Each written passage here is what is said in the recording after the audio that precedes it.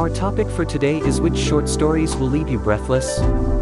This is a super popular answer that someone posted without revealing their identity. A little old lady went into the Bank of Canada one day carrying a bag of money.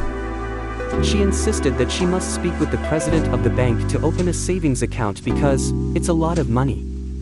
After much hemming and hawing, the bank staff finally ushered her into the president's office. The customer is always right. The bank president then asked her how much she would like to deposit. She replied, $165,000, and dumped the cash out of her bag onto his desk.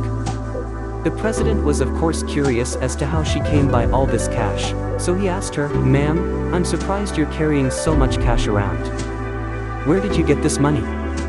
The old lady replied, "I make bets." The president then asked, "Bets?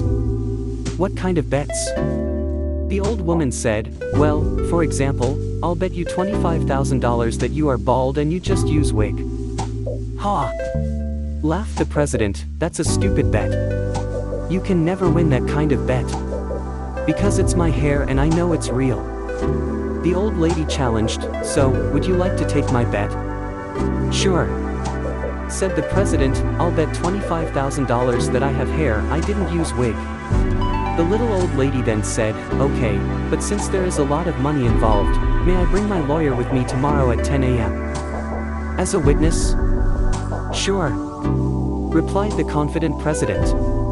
That night, the president got very nervous about the bet and spent a long time in front of a mirror checking his hair by pulling it toward outside again and again, until he's satisfied. He thoroughly checked them out until he was sure there was absolutely no way that he is hairless and that he would win the bet. The next morning, at precisely 10 a.m., the little old lady appeared with her lawyer at the president's office. She introduced the lawyer to the president and repeated the bet. $25,000 says the president is hairless and he uses wig. The president agreed with the bet again because he is sure that he is not using wig, and now old lady come to him and try to pull his hair. "Well, okay," said the president, $25,000 is a lot of money, so I guess you should be absolutely sure. Just then, he noticed that the lawyer was quietly banging his head against the wall.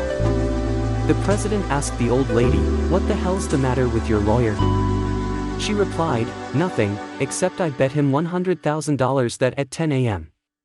today, I'd have the Bank of Canada's president's hairs in my hand." Second one is from my childhood story. One hot day, a thirsty crow flew all over the fields looking for water. For a long time, he could not find any. He felt very weak, almost lost all hope. Suddenly, he saw a water jug below the tree. He flew straight down to see if there was any water inside. Yes, he could see some water inside the jug. The crow tried to push his head into the jug. Sadly, he found that the neck of the jug was too narrow. Then he tried to push the jug to tilt for the water to flow out, but the jug was too heavy. The crow thought hard for a while. Then looking around it, he saw some pebbles. He suddenly had a good idea. He started picking up the pebbles one by one, dropping each into the jug.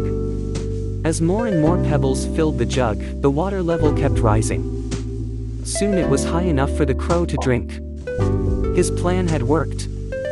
This one personally, I loved it since my childhood. Thanks for watching, and don't forget to hit that like button and subscribe.